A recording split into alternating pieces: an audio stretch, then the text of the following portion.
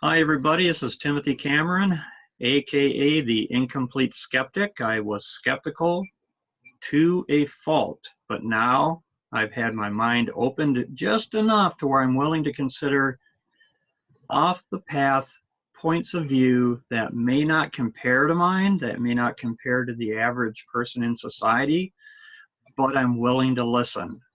I can be critical, but not cynical. And there is a difference. So I am the Incomplete Skeptic. Welcome to our show. Today I'm interviewing Debbyanne Brayton. She is the Master of Ceremonies for Sacred Lodge, located in the Twin Cities of Minneapolis and St. Paul in Minnesota.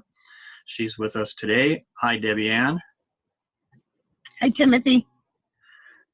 Thank you so much. Yeah, thanks for coming to the show. And what I would like to do is discuss with you your organization, Sacred Lodge, and why maybe you started it, what your motivations are, and your goals are for the organization. You know, where did the roots come from, if you're willing to discuss that, for the impetus for Sacred Lodge? And what's going on with it now? You can answer that in any order that you desire. Okay. Well, Sacred Lodge was created out of my own wounding. So in my childhood, I wasn't listened to as a child. And there was a lot of abuse going on in my family of origin from various people. And one of the things that I found was, I know today the reason why my mom couldn't hear me was because she never processed and healed from her own story. Her wounding was sexual abuse as well. So from that, I created the Sacred Lodge. And there's a couple of things that we do there. We do spiritual direction, which is a container that's provided for clients, where I invite the sacred beings, Creator, however you define that power greater than yourself, your guides, your mentors in the spiritual realm that are here. And I allow them to provide a safe container so that you can tell your sacred story and that it can be heard in a sacred way. And that listening came from because no one wanted to listen to me as a child, what was going on in my family of origin. And so from that, I love to listen to others' story, because each of us has a story as to how did we get here and where are we going. And I provide the container, but a lot of times what happens is they come through their own wisdom in listening to themselves. And that takes time. You build a relationship within that circle and within that container with yourself, and then you start to see and hear yourself differently. And that's why I created it. It was really for my own wounding. I started seeing my own spiritual director in 1998. And from there, then in the year 2000, I went to my training program through the Crondolette Center. And I was able to get, it was held over at, it was the spiritual direction program through St. Joseph's, the Crondolette Center over in St. Paul. And that was a 2-year program. And that's where I learned how to really listen differently than because in our day-to-day life, we get so busy. But this is more about coming home to yourself and finding out who you are and where you're going and connecting with the powers that are available to you within yourself and within that spiritual realm. I like the phrase container, and I don't know that that would be clear to every listener, but it's unique. It's, to me, it represents maybe a safe place, because I meditated on what that meant when you had that as part of your description of the Sacred Lodge.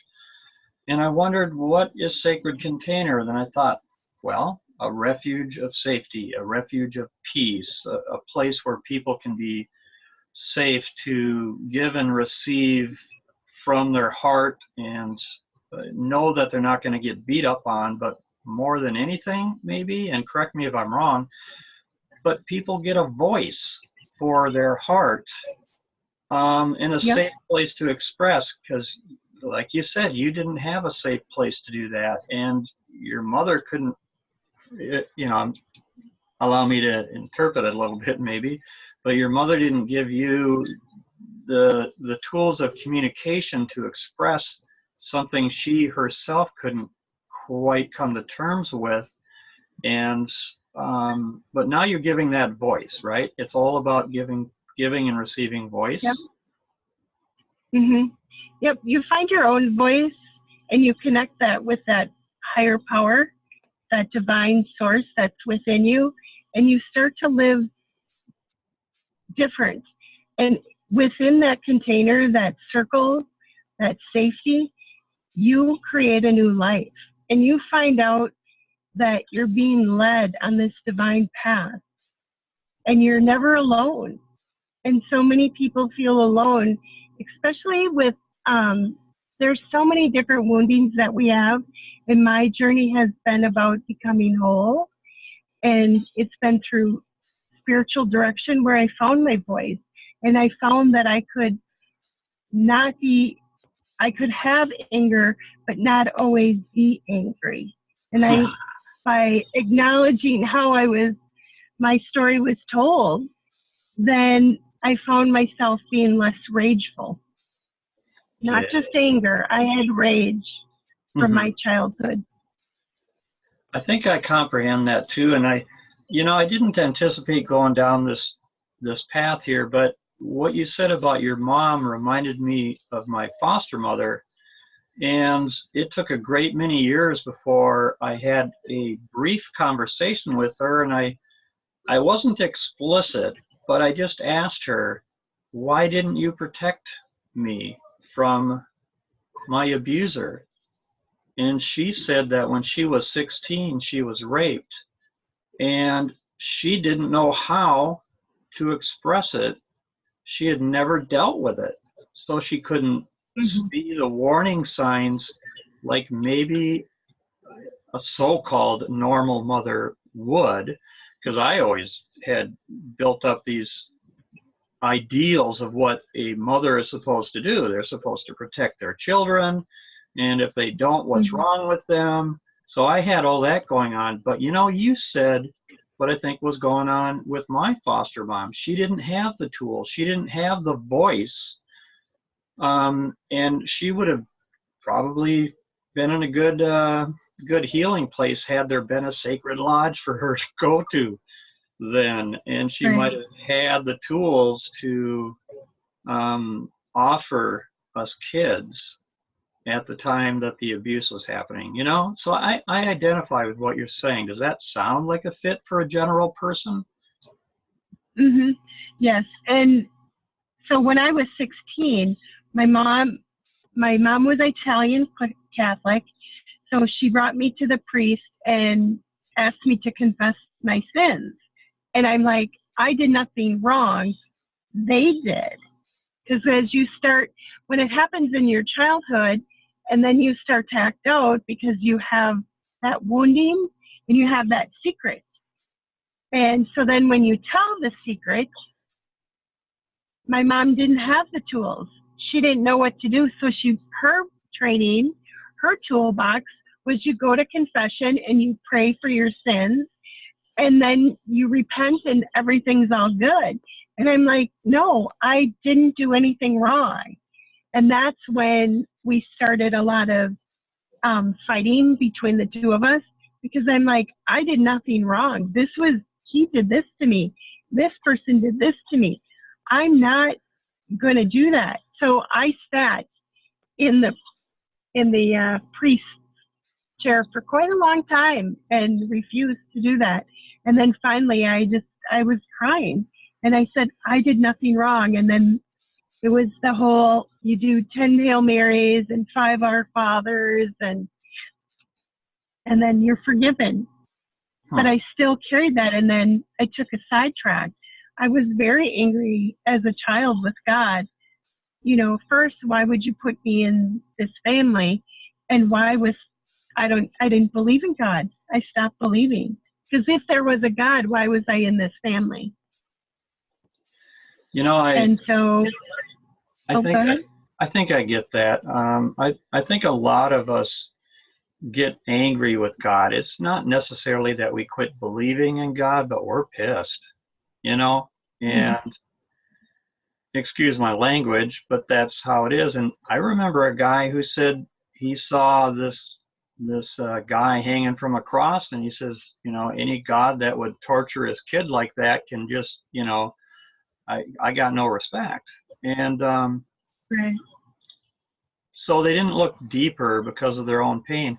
But I think what really is difficult for a person, I'm recognizing this in you, is that you weren't heard. You weren't believed. And, you know, you got a little further than I did because at least you got to say you didn't do anything wrong. I shut down totally, and anytime I tried to say something, they wouldn't hear it though. And my language was too distorted, right? So Mm-hmm. I thought I'd be betraying my abuser to give up that secret, because he told me it wouldn't be loyal, it would be a betrayal of trust and things like that. Mm-hmm. Um, and it sounds insane to some people to say, well, how can that be? But they're thinking that there's something wrong with us instead of believing us, you know. It's so Mm-hmm. important that they receive our information when that comes out as a child, because boy, you can really set a person up for failure without Right. allowing them a voice, you know. So I applaud Mm-hmm. your starting Sacred Lodge and reaching out to everybody, but especially making your wounds your wisdom, as Oprah says, make your wounds your wisdom. And Mm-hmm. now, don't you have an outreach to women? Because I know that 3 out of 5 women will encounter some type of sexual abuse in their lives, and probably 1 out of 5 males. So it's hugely a bigger um, issue in our society at large to, you know, we need to address what's happening to women, like the Me Too movement, extremely important. Yep. Um, Mm-hmm. but me as a male, I wouldn't want to be left out as like, what, I'm not as good as you or something and all that, and feel like I don't have a voice because I'm not a woman. I don't see that in you. I see somebody who is standing up for everyone, but there is a bigger societal need to address what's happening to women, and you need to show us the way how to discuss these things, because you've been in the war zone for so long as women, and we shut down and we don't talk about anything. We as men don't do that. So you're leading the way, and when women started coming out to say, this is what happened to me too, that got my attention, and it Yep. showed me that I can have a voice as well. But you know, I even have these wristbands that when I set up my table for selling books or something, it says be better. And there's Mm-hmm. a gentleman on TV at the end of his show, Jeff uh, Jeffries. He says we can do better, and he's not talking about men and women. He's talking about men. We can do better. And Mm-hmm. so yeah, I don't know. I just want to be better too. I don't want to set up my world where women are in the deficit. You know, we're a fellowship of equals, worst case Mm-hmm. scenario. How can you help us do that? Or how are you helping men and women connect with peace and accountability at the same time? What does that look like in your life, or philosophically, what does that look like for you? So mostly women come to me. I have seen men for spiritual direction, but a lot of men are actually more comfortable meeting with a male in spiritual direction from what I've talked to in other groups, peer supervision groups. But occasionally I do get men, and it's really about coming in and just discovering who you really are, what were you like then, and where are you going now, and just walking a new path and finding your voice and saying, I am seen, I am heard, and bringing that into wholeness. Because when we're wounded, we're just fractured. And it's about reclaiming those parts that were lost or stolen. And spiritual direction is about witnessing them in their brokenness, but also witnessing them in their wholeness. When you say spiritual direction, you're talking about your organization's spiritual direction, not just the general idea of spiritual direction. No. What does spiritual direction look like to a person if they were interested in joining it? What is it, and what does it mean? Where is it to? So it's meeting one-on-one with what we call as a directee, and you sit with them, and you're in that sacred space, that sacred container, and they get to say and they get to dictate whatever they want to talk about. And I've heard stories of rage, I've heard stories of peace, I've heard stories of love, and they get to just talk about whatever they need to talk about, whatever brings them into their own wisdom. And as they talk, the longer that you meet with the directee, they start to come into where they start to hear their own wisdom as they're talking about it. Because when you're seen and you're heard, you act from a different place and you react from a different place. And so you start to see your life differently. Where is Sacred Direction located? Is it in St. Paul or Minneapolis? I hope I stated it. So Sacred Lodge is my business, and the tag is, so Sacred Lodge is all about listening, and then from that, I've got spiritual direction, and then I do shamanic healing. Yeah, I really loved your shamanic healing, and I could tell that you were connected to spirit. Just thought I'd throw you out that piece of, recommendation to any listeners. Deb's got it going on when it comes to shamanic healing. And because I felt the spirit when I was at the Sacred Lodge, I knew that there's something there and it was very real. But where are you holding these one-on-ones or groups at Sacred Lodge? Where's your office? So right now my office is in New Brighton. And I do shamanic healings now. I go to homes because we sold our house last year. So I go to the client's homes and I do the healing there. I also do long distance healing, which is a way to connect with your spiritual side and your physical being and to work with the energies that way. I also, up at our lake house up in Bacchus, Minnesota, do retreats up there on the weekends. Oh, excellent. Is the distance healing, is that anything like Reiki? I've done some Reiki work, Yeah, similar to that. Mm-hmm. Pardon me? Very similar to that, yes. It's about removing that energy and replacing it with new energy, and always for the highest good of that individual, that client that needs that healing. And I always have said Sacred Lodge is about where stories are told and hearts are healed. And that comes from Creator. I hope you're not hearing the sawing that's going on at the house next door, because to me, it's very loud. Oh. So, and they weren't sawing a few minutes ago, but oh good, they stopped. I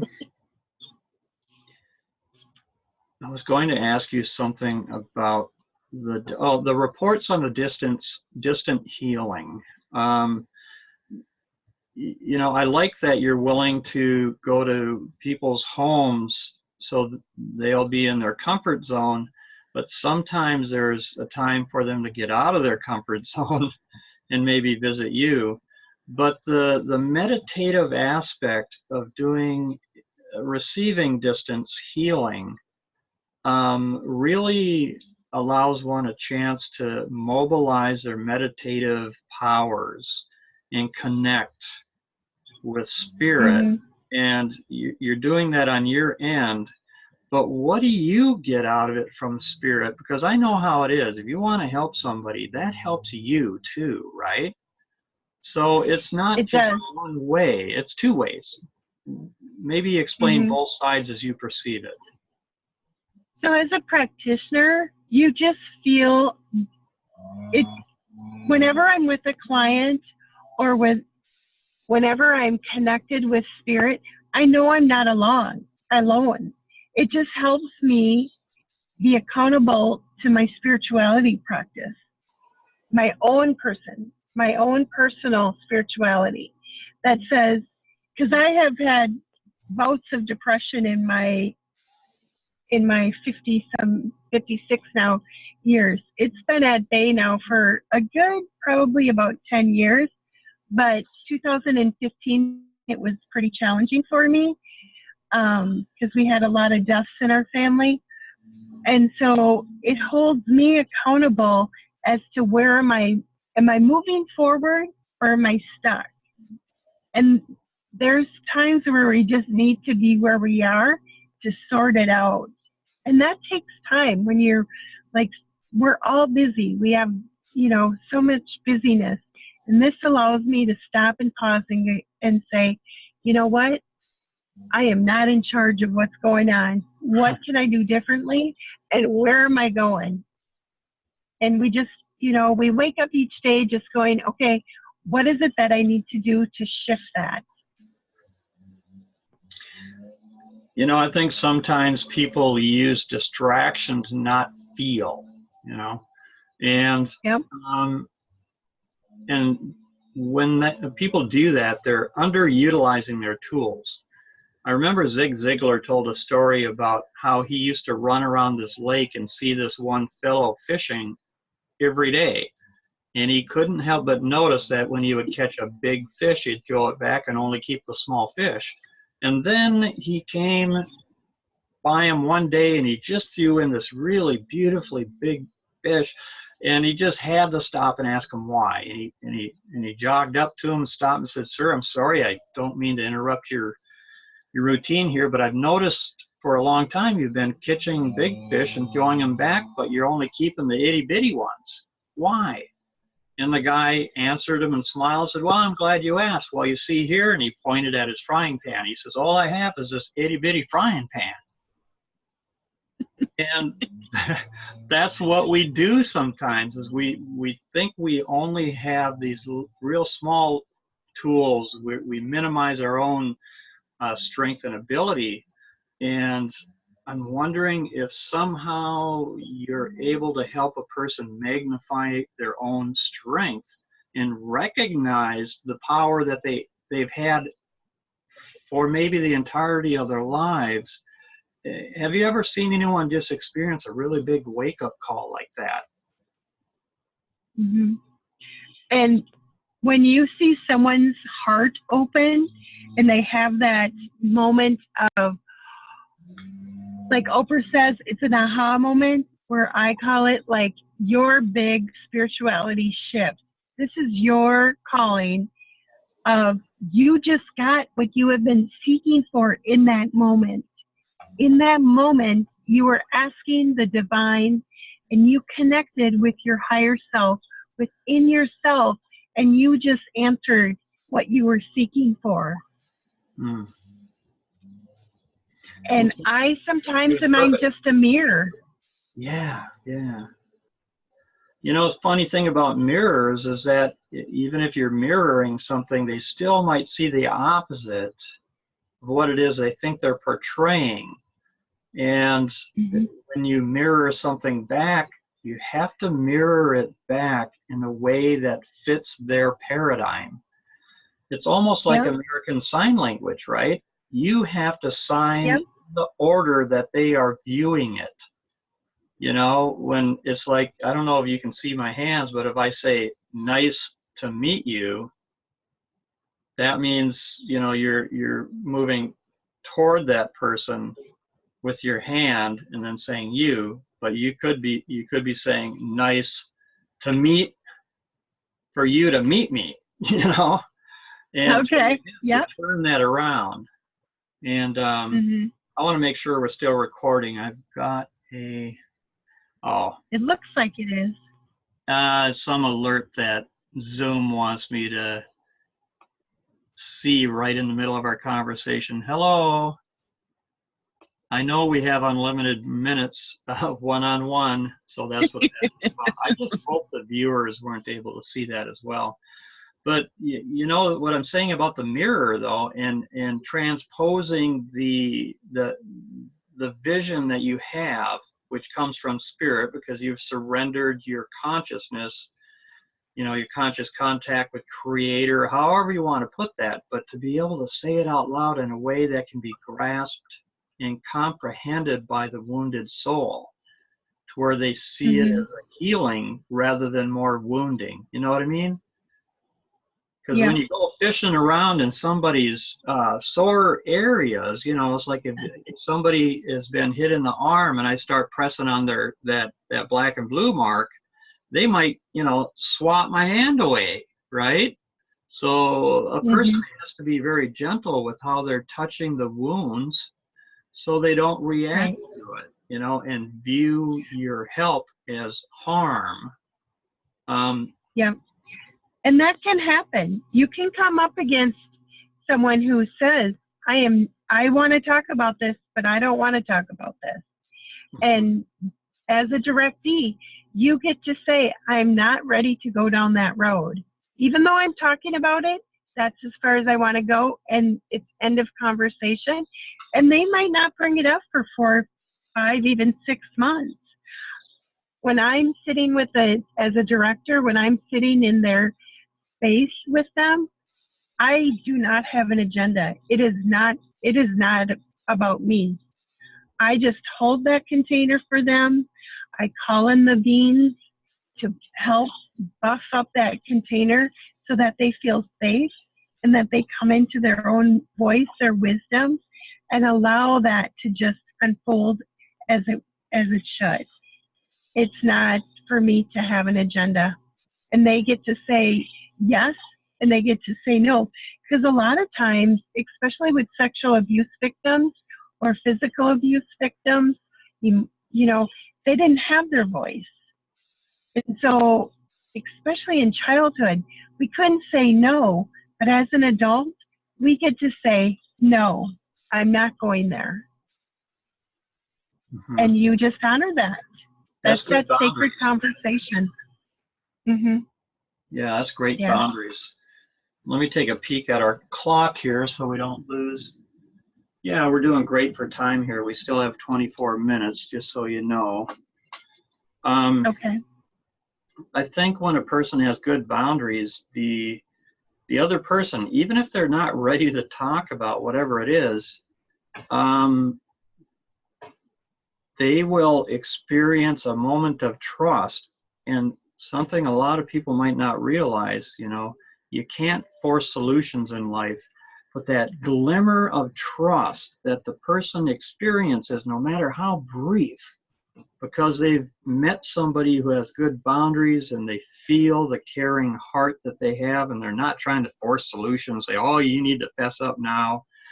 And, you know, it's kind of like burying a seed, and when the plant breaks the soil into the light,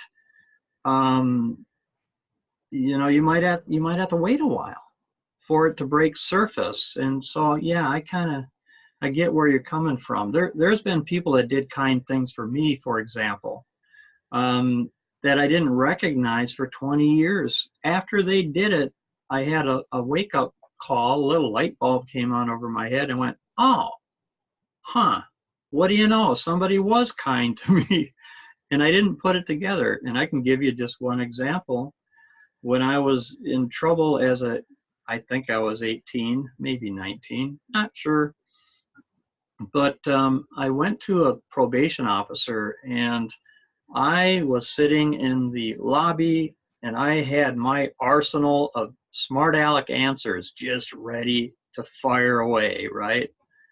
And Marilyn, my new PO, walked into the office space of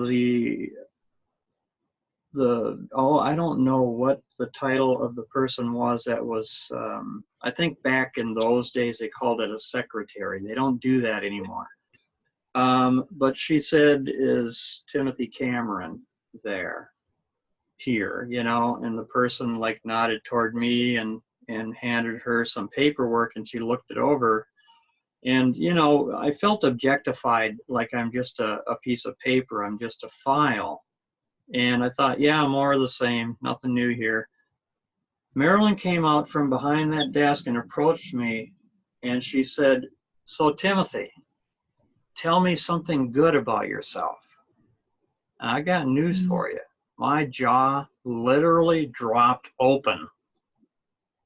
I just sat there agape, and I had nothing. I had nothing for her. And all my smart aleck answers had nothing to do with that. She nailed it. She knew that I didn't have any self-respect, didn't have any self-love. I didn't think anything good of myself. I just felt totally beaten down, abused. No one loved me. I would never be lovable to somebody else. And somehow she knew that. And guess what? She knew it from looking at the paperwork. Somebody cared. But it wasn't until 20 years later or so that I realized that she cared, that she really cared. And I didn't recognize it for what it was then. So even though you're planting the seed, you're allowing them the time and the space to heal. They might not even do it in your lifetime. But by God, you gave them that freedom and that experience of trust, and whatever that seed of love looks like to you that you gave them, hopefully, you buried a sacred truth within their life. And then you just let it go instead of trying to make it happen. Does any of that fit where you're going with that? Yep. I call the seeds pearls of wisdom. And then they get to decide if they want to open them up when they're ready. Pearls of wisdom. A woman to that. So, so what else do you have, going on in your organization? One thing that really hit home for me is you're talking about music and poetry. And I've been a poet since I was a child. I probably started writing poetry when I was 11 or 12 years old, somewhere in there. And it's been a tool to help me express myself. And I only did express myself to myself. I wasn't displaying my poetry for the most part. But I thought, oh, great, she uses poetry and music. How do you do that? What does that look like?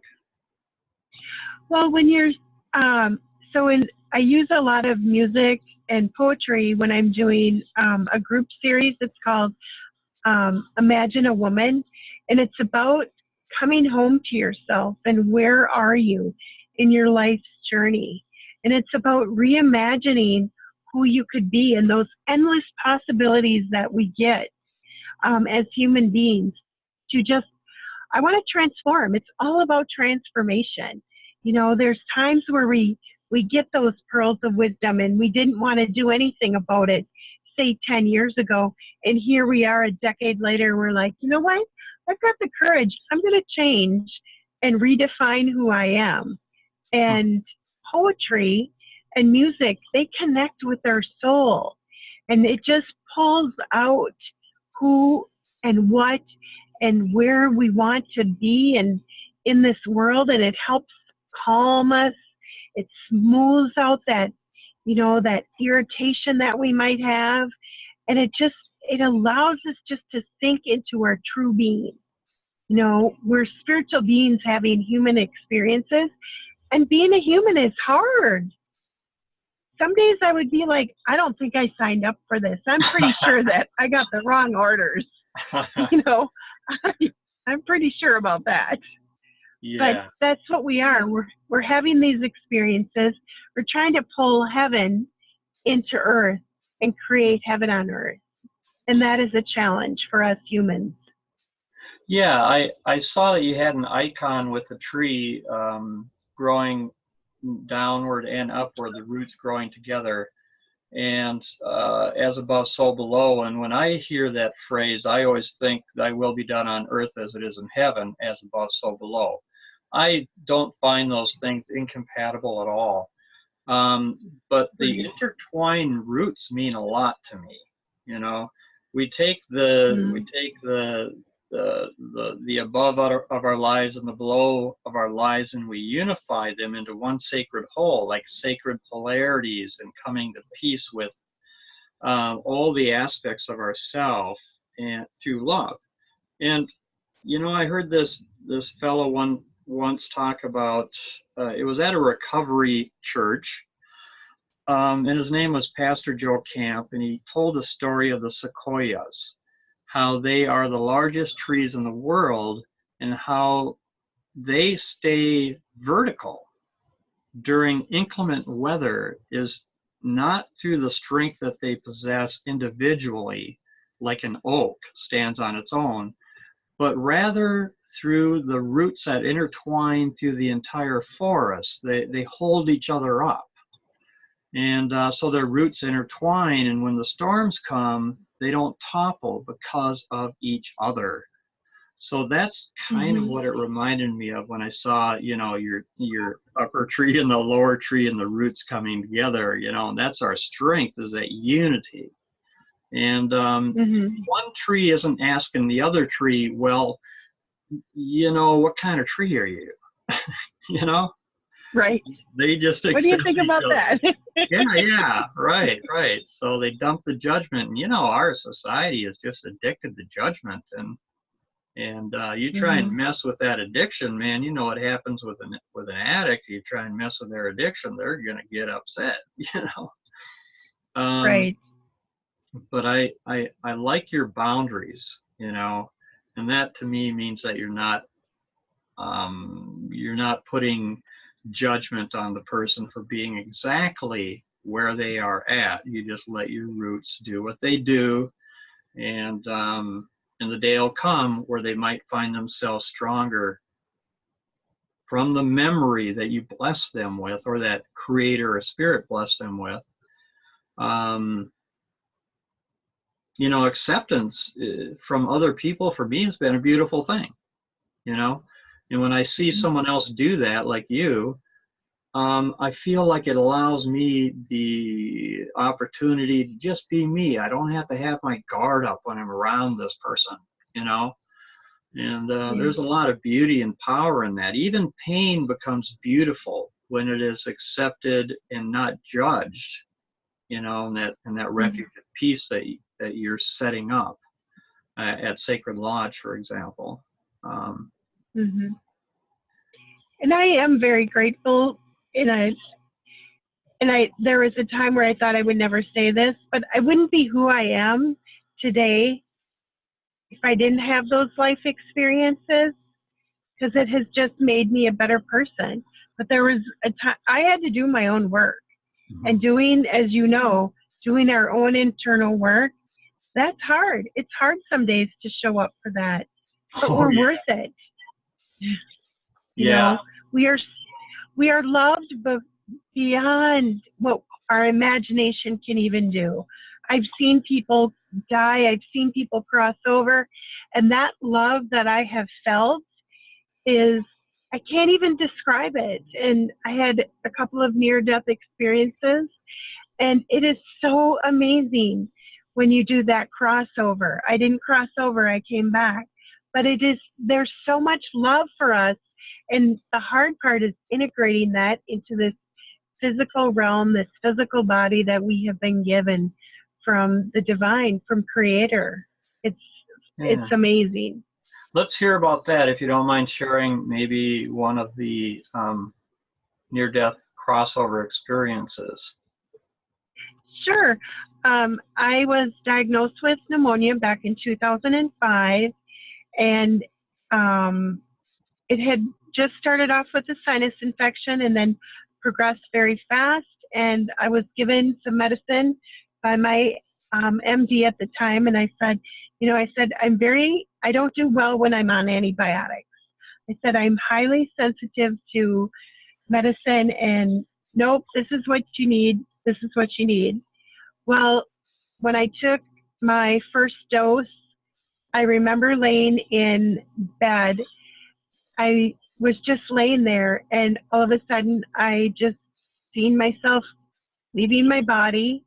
And then I got up, and I seen the white light, and it was so beautiful. And I seen Jesus, and then Jesus said to me, "This is not your time." And so I came back into my body. I remember laying there, and my first thought was, I'm not even good enough to go to heaven. Oh, geez. Wow. Yep. Wow. And so then at that time, wow. Go ahead. I'm just saying I actually get that. Unfortunately, I understand that. But yeah, wow. But yeah, go on. Yep. And then it was, so then I had to go back. I finally got a little bit better, and I went back to the MD, and they had to put me on a different medication. And so put me on a different medication. And during this time, I'm like, I can't even go to flipping heaven. What have I done wrong in my life? Jesus said, no. And I'm like, okay, I believe in angels, I believe in God, but Jesus was there. And I'm like, no, what did I do wrong?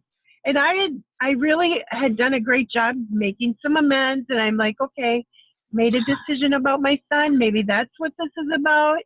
I'm like, what am I going to do? Well, then I still had to physically get well and put me on a different medicine, and had a similar experience.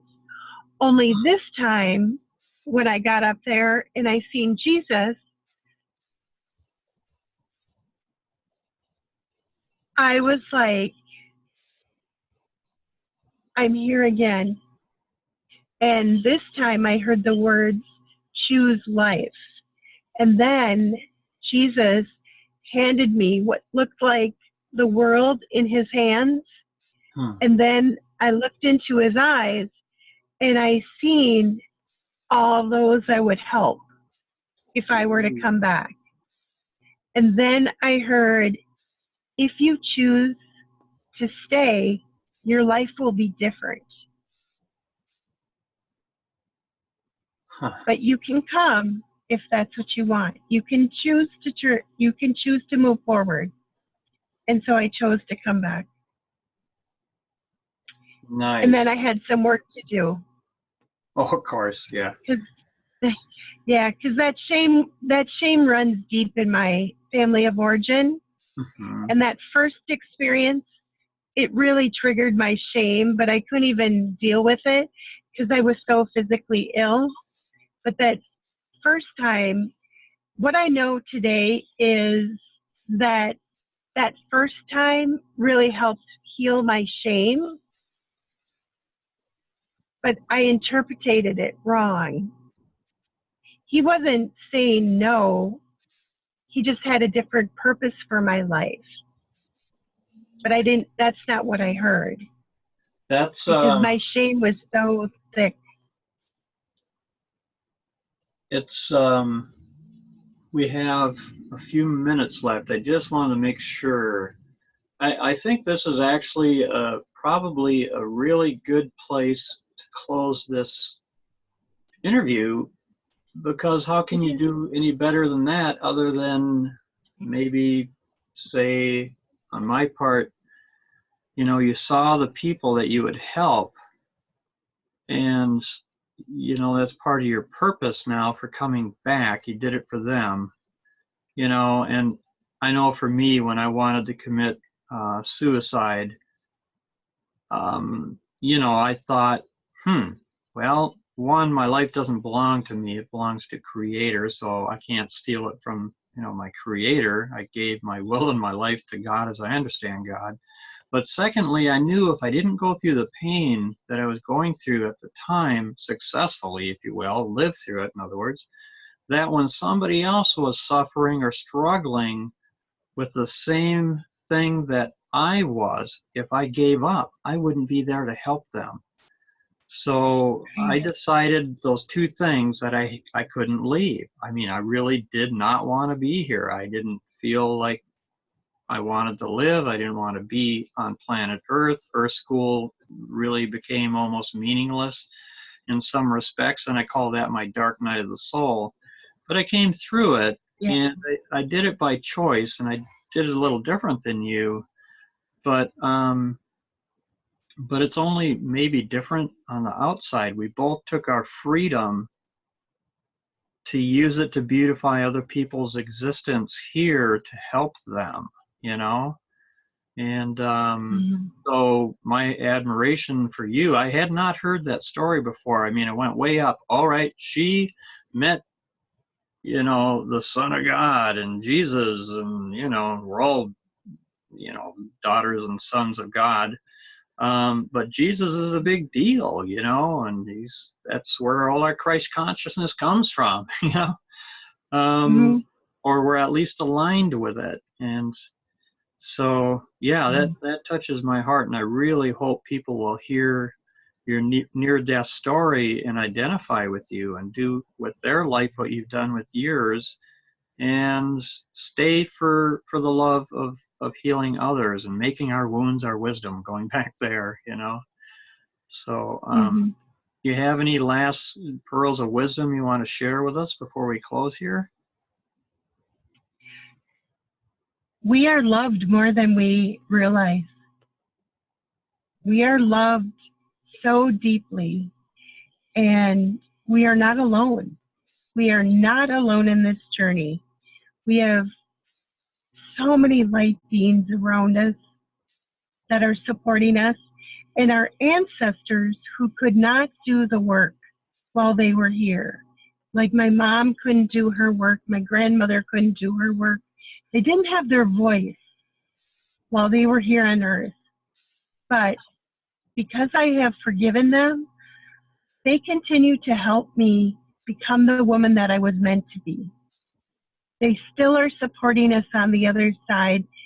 They do not have their agenda like they did on earth. And we are very blessed, more than we will ever be able to know. So thank you. You're welcome, and thank you, Debbyanne, for being willing to do this interview with me. And thanks everyone for listening in to the Incomplete Skeptic with Debbyanne Brayton. Woohoo! Peace out, sister. I love you. Bye. All right, bye-bye. Oh, bye-bye.